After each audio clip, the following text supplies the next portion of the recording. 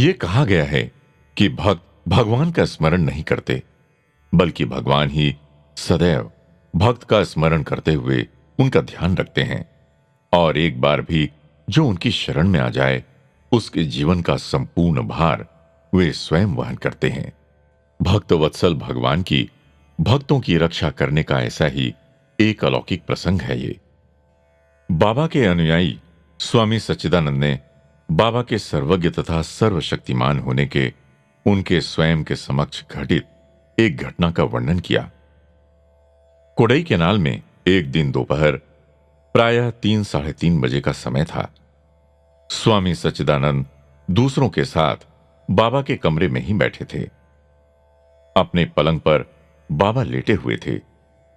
लेटे ही लेटे बाबा लोगों से बातचीत कर रहे थे।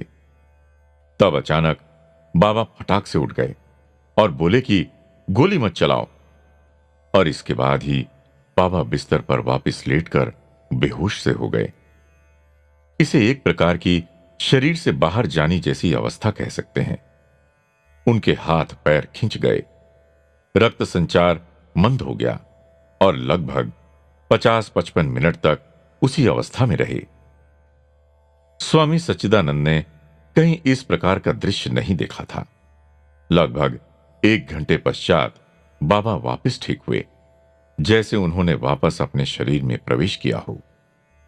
इस घटना का कोई चिन्ह या श्रम उनके चेहरे पर तनिक भी नहीं दिखाई दिया। उठते ही वे बोले कि फौरन भोपाल एक तार भेजना है। यह कहकर बाबा ने फॉर्म मंगवाया। उसका संदेश भी उन्होंने बताया। व्याकुल मत हो, रिवॉल्वर मेरे पास है। बाबा बाबा की आज्ञानुसार यह संदेश भोपाल नगर के किसी एक व्यक्ति के पते पर भेजा जाने वाला था, जिसका पता भी बाबा ने बताया। स्वामी सच्चिदानंद ने ध्यान आकर्षित करते हुए कहा कि रिवॉल्वर यह शब्द लिखने पर डाक विभाग स्वीकार नहीं करेगा, क्योंकि हथियारों के संबंध में एक कानून है। उसके अनुसार पिस्तौल, बंदूक आदि के विषय में तार में उल्लेख नहीं कर सकते। बाबा ने निर्देशित किया कि किसी दूसरे शब्द का प्रयोग कर सूचना भेज दो, पर जल्दी करो। अंत में विचार विमर्श उपरांत इंस्ट्रूमेंट अर्थात उपकरण इस शब्द का ही रिवॉल्वर के बदले तार में उपयोग करने की सम्मति बनी। वह बाबा ने भी सहमति दे दी। हजारों मील के अंतर पर स्थित भोपाल तार भेज दिया गया। सभी को उत्सुकता थी कि वास्तव में क्या हुआ है, पर बाबा ने बात का खुलासा नहीं किया और भक्तों का कौतूहल बना रहा। चौथे दिन भोपाल से एक पत्र आया। उसे पढ़कर सबको सुनाया गया।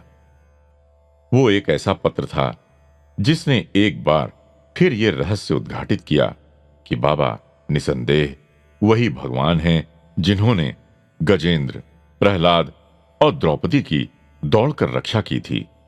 वह पत्र मध्य प्रदेश के एक व्यक्ति ने लिखा था, जो दूसरे विश्व युद्ध में शामिल थे और उच्च शासकीय सेवा में थे।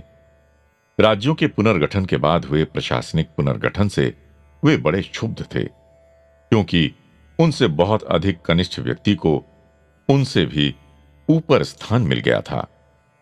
उनके कष्ट को सुनने या समझने वाला कोई नहीं था।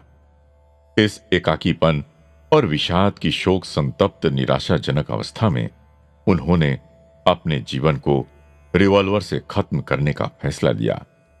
उन्होंने रिवॉल्वर से एक गोली चलाकर भी देखी और अगली गोली अपनी दाहिनी कनपट्टी पर रखकर खुद को खत्म करने का अगला कदम उठाने का निश्चय किया। ठीक इसी समय इधर बाबा ने कोडई केनाल से गोली मत चलाओ आज्ञा दी और बाबा निश्चेत से हो गए। यहां भोपाल में जैसे ही उन सज्जन ने दाईं कनपट्टी पर रिवॉल्वर रखना चाहा और किसी ने उनके द्वार पर जोरदार दस्तक दी। अधिकारी कांप उठे। रिवॉल्वर हाथ से गिर रहा था। वे अपने शयन कक्ष में दौड़कर गए और अपने पलंग पर रिवॉल्वर रखकर कंबल से ढककर किवाड़ खोलने के लिए दौड़े। बाहर खड़े खटखटाने वाले अत्यंत आतुर थे।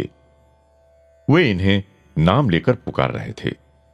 सबका परिचित पूर्ण नाम नहीं, किंतु केवल स्नेही जनों में ही प्रचलित प्यार से पुकारा जाने वाला उनका उपनाम था वो। उन्होंने किवाड़ खोला तो देखा कि उनके कॉलेज का मित्र, उसकी पत्नी और उनका एक नौकर बक्सा बिस्तर सिर पर उठाए खड़े थे। उस मित्र ने बड़े प्रेम व तपाक से बातचीत शुरू कर दी। कहने लगे, अरे मित्र, हद हो गई। कितनी प्रतीक्षा करवाते हो मुझ जैसे को। क्या जानते नहीं कि मेरी पत्नी मेरे साथ है? मेरी इतनी उपेक्षा। मित्र ने हंसते हंसते उनकी पीठ थपथपाई। वो मित्र बड़ा तनाव मुक्त करने वाला वार्तालाप करने लगे। जैसे, देखिए, यही है मेरा पुराना मित्र। इसका अब का अवतार देखने से इस बात को कोई मान नहीं सकता कि ये कॉलेज की फुटबॉल टीम का कैप्टन था। इसकी तोन तो देखो। आदि आदि बातें कहकर मित्र ने सरस हास्यपूर्ण वार्तालाप कर उस दुखी के जीवन में माधुर्य फैला दिया। दोनों मित्र बहुत समय तक पुरानी बातें करते रहे। आए हुए मित्र की पत्नी ने भी बातों में भाग लिया। चर्चा का विषय था, अनेकों के साथ अन्याय हो रहा है, अपमान होता है, बिना किसी कारण के अनेकों को वरिष्ठ अधिकारियों ने हानि पहुंचाई थी, इत्यादि। इन बातों से भोपाल के महाशय को कुछ असंतोष था।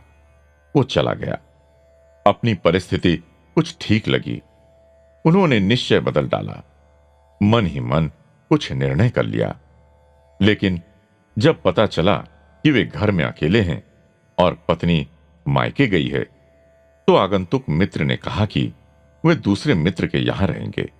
इन्होंने रोकने की कोशिश की, लेकिन लगभग 45-50 मिनट के बाद वे अपनी पत्नी, नौकर, वो बड़ा सा बक्सा सब लेकर वहां से निकले। वो अपनी राह को चले गए।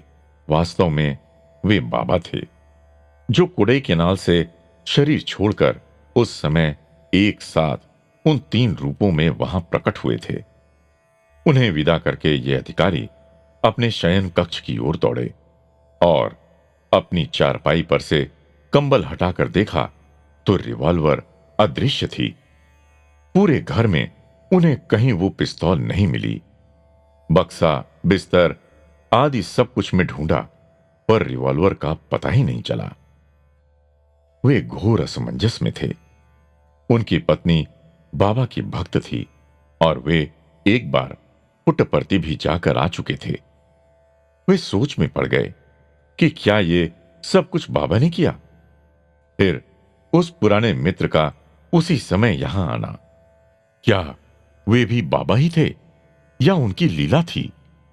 वे फौरन अपने घर को ताला लगाकर कार में सवार हो उस दूसरे मित्र के यहां पहुंचे, जहां उनके घर से जाते समय उस कॉलेज के मित्र ने बताया था कि वे वहां ठहरेंगे। लेकिन कोई अतिथि पहुंचे ही नहीं थे। वे तीनों मानव रूप सड़क पर पहुंचते ही अदृश्य हो गए थे। घर पहुंचकर वे गंभीर सोच में पड़ गए। सारी घटनाओं को दोबारा याद करने लगे। अपनी आत्महत्या के महापाप से बचाने के लिए शायद बाबा द्वारा निर्मित यह नाटक, उनके वे 3 मुख्य पात्र, वो मित्र और उस मित्र का इतना अंतरंग व प्रेम भरा संभाषण, इन सब बातों को बार बार याद कर सोचते रहे। और उसी समय द्वार पर दूसरी दस्तक हुई। फिर एक बार किसी ने दरवाजा खटखटाया। वे चौंक उठे, लेकिन द्वार खोला तो इस बार तार घर का डाक विभाग का संदेशवाहक था और तार का संदेश था, व्याकुल मत हो, उपकरण मेरे पास है, बाबा। ये तार अर्थात टेलीग्राम कुड़ई केनाल से आया था। स्वामी सच्चिदानंद कहते हैं कि यह केवल भगवान के लिए ही संभव है। पर काया प्रवेश अर्थात एक शरीर से दूसरे शरीर में प्रवेश करना तो योग विद्या है, पर उसके लिए भी एक अन्य देह आवश्यक है। यहां तो बाबा ने 3 नई देहों का सृजन किया। भक्त वत्सल भगवान अपने भक्तों की रक्षा के लिए खुले पांव दौड़े चले आते हैं। क्या यह घटना इसका प्रत्यक्ष प्रमाण नहीं है? कुडई केनाल में लगभग 1 घंटे शरीर से परे जाकर 3 शरीरों में प्रकट होकर भक्त के प्राण की रक्षा करना और फिर वापस आकर उसे टेलीग्राम द्वारा सूचित कर चिंता से मुक्त करने की भी चिंता करना कितना अद्भुत है। यह घटना उस सनातन सत्य को एक बार फिर प्रमाणित करती है कि भगवान की करुणा की कोई सीमा नहीं है।